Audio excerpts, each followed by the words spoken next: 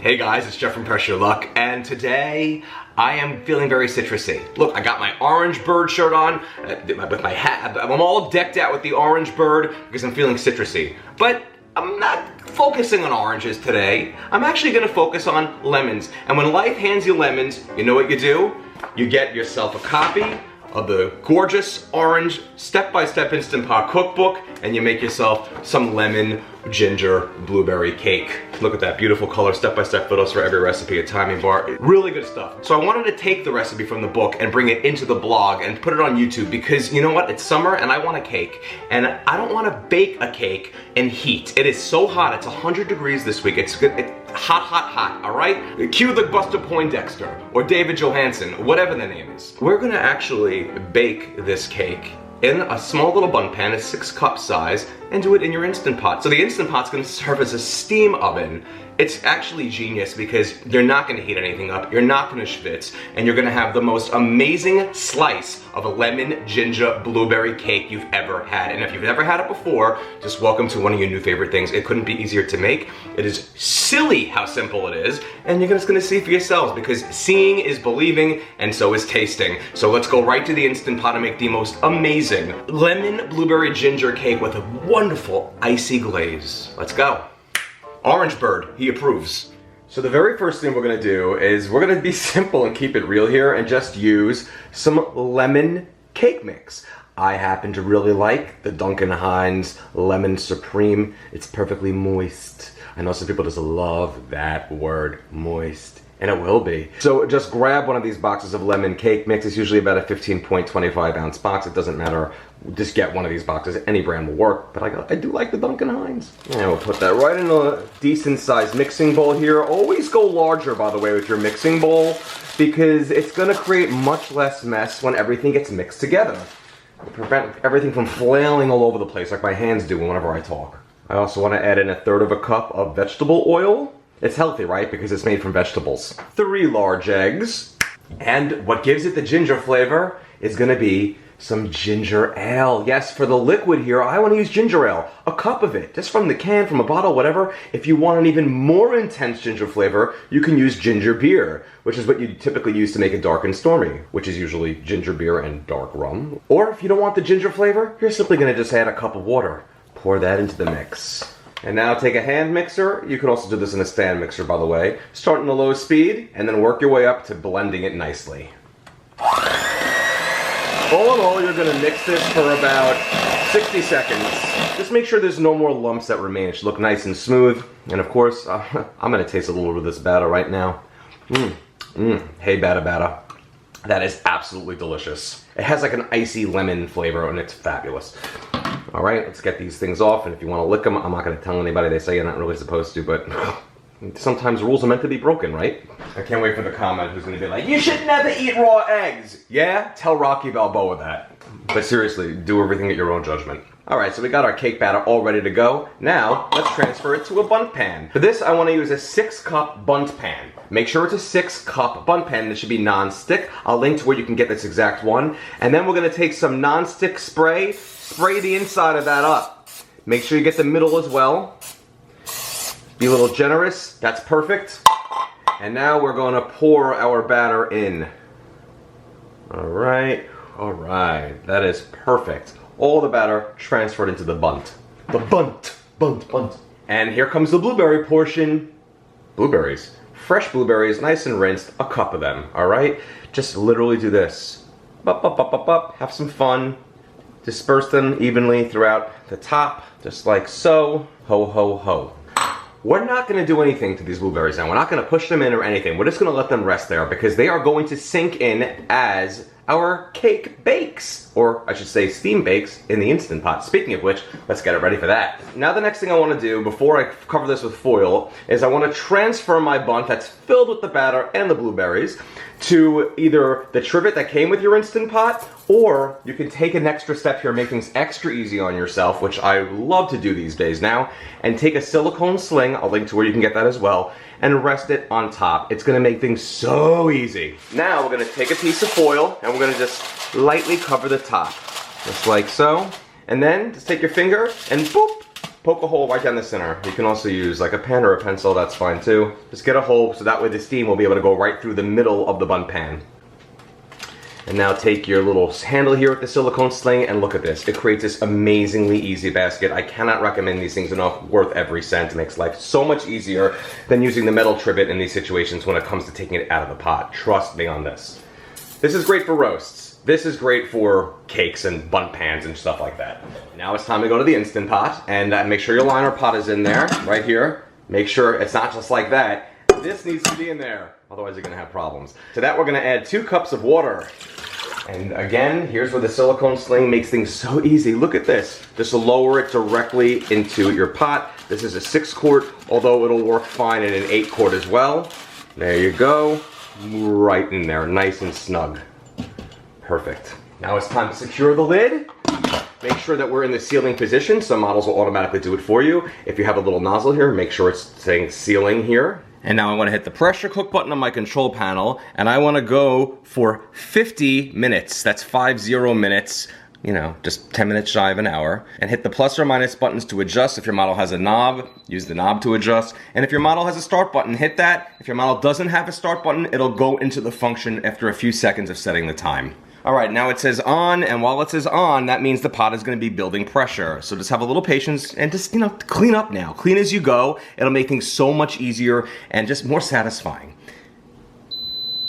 And now that we're done pressure cooking, we're going to finish this off with a quick release. And the pin just dropped, so we're going to take our lid off the pot. And this is, again, why the silicone sling is really a great thing. Because I'm going to just grab it by the handles here with mitts, it's going to be a little hot, and pull it right out, just like this. And then I'm just going to have it rest on my countertop, just like so. Okay, so now I'm just going to unhook here the top, and then just remove the foil. And oh yeah, perfect. We're going to let this rest just like this for 30 minutes. Let it sit on the trivet still, or the silicone sling, for 30 minutes, let it cool. Don't be impatient. Now this is an optional thing to do here, but as I prepare my glaze, I want to take a lemon and I want to zest it. And the easiest way to do that is to grab this thing called the microplane. Looks like basically a grater on a stick, right? And you just take your lemon, and it's almost like you're playing violin on it. And you just do this, and the zest, make sure you have a nice sized bowl like this to catch all the zest that'll fall into it. I love a microplane because it almost doesn't make zesting annoying. Almost.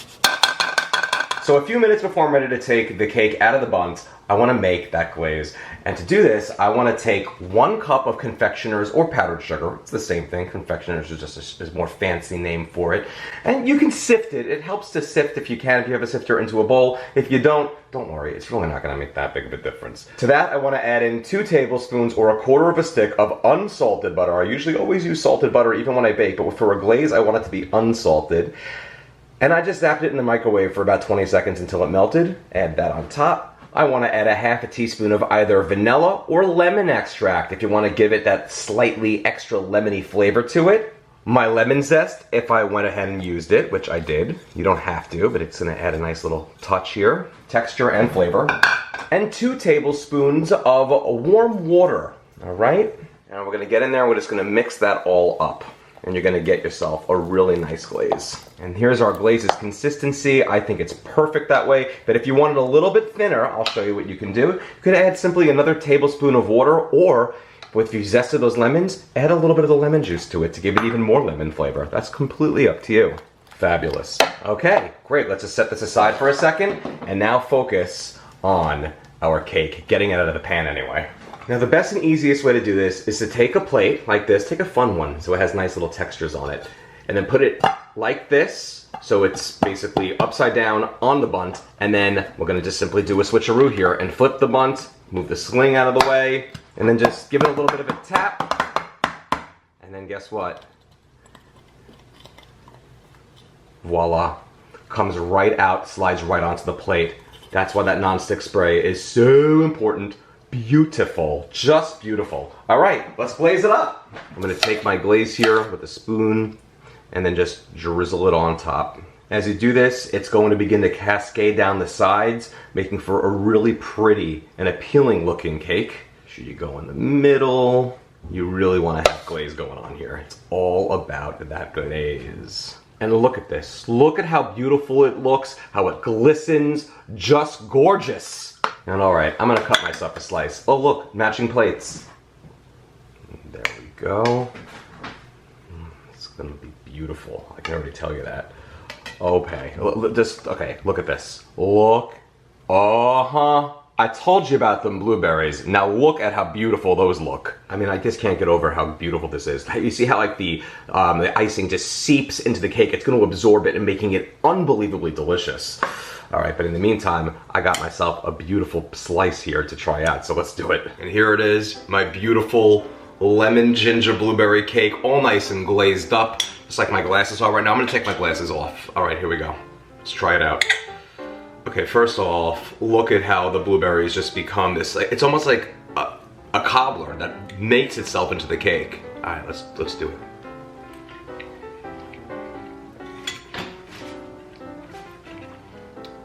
It's just really silly how something so simple can be so exceptionally good. Exceptionally, not exceptionally, exceptionally good. Beyond the moist level here, it ain't kidding. It is nice and moist. You know what will go perfectly with this? A nice hot cup of coffee or tea. Maybe a little bit of Frangelico for the coffee, something like that. It's a treat. This is a treat. And it's gonna be really good for breakfast as well as for, you know, a snack or dessert. It works for any of those things, really. That glaze though on the edge. It's like a blueberry muffin, like a really cakey blueberry muffin, meets your favorite like iced lemon cake, meets like a kiss of ginger ale. You know what I mean? Like the ginger flavor is very, very mild. It's a hint of it in there. It's not strong. So if you're like a little on the fence about it, trust me, it's just a slight little undertone of anything. The absolute dominant flavor here is definitely the lemon and the blueberry. Really good. Really, really nice. And just, you know, the entire piece. Just like that. Gone.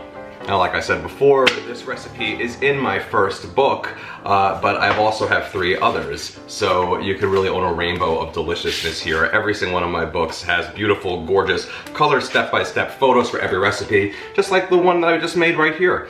There it is in the book. And as you can see in the picture of the book, there it is in the book, here it is in person. It doesn't lie. The only thing that's a little different looking is the glaze. We had it thicker in the book. I added less water. The less water, the thicker the glaze. It's up to you. But I like to actually add a little bit more water, maybe a little bit of lemon juice to it because it really seeps into the cake that way. It's so nice. Or you could do a double batch. Do a little bit now and then add a little bit later and give it the best of both. So you have it seeping in and on top, you know what I mean? By the way, tons of my recipes, like hundreds and hundreds, almost nearing the thousands at this point, are on my blog, which is pressurelovecooking.com. Go there and check it out. Just have fun, peruse, see what you want to make for dinner, dessert, a snack, or anything in between. I have a slew of recipes with every single one of them being easy and accessible with affordable ingredients. Check me out at facebook.com/pressurelovecooking and like that page anytime a new item comes out, deals, tips, things like that, things you don't want to miss. And at Pressure Love Cooking to follow me on YouTube, Instagram, all the social stuff, all the socials. It's just so much fun to always have to constantly be in social media. So much fun. Because content just never ends these days, eh? It's a rat race. But when you have a beautiful, beautiful lemon ginger blueberry cake that's iced like this, and it's just this decadent and unbelievable, I mean, look at this. Look at this. Look what is going on here. Look at that glisten. Well, it's worth entering the rat race because I gotta share it with you all. You know, you have to try this. Thank you so much again, guys. And the next time you want to make an unbelievably moist and decadent cake with little to no effort and not heat up the oven, well, make my lemon blueberry ginger cake because it's gonna be getting a whole lot of loving. Enjoy. I'm just gonna eat it like with Pac-Man. No, I'm not gonna. Enjoy.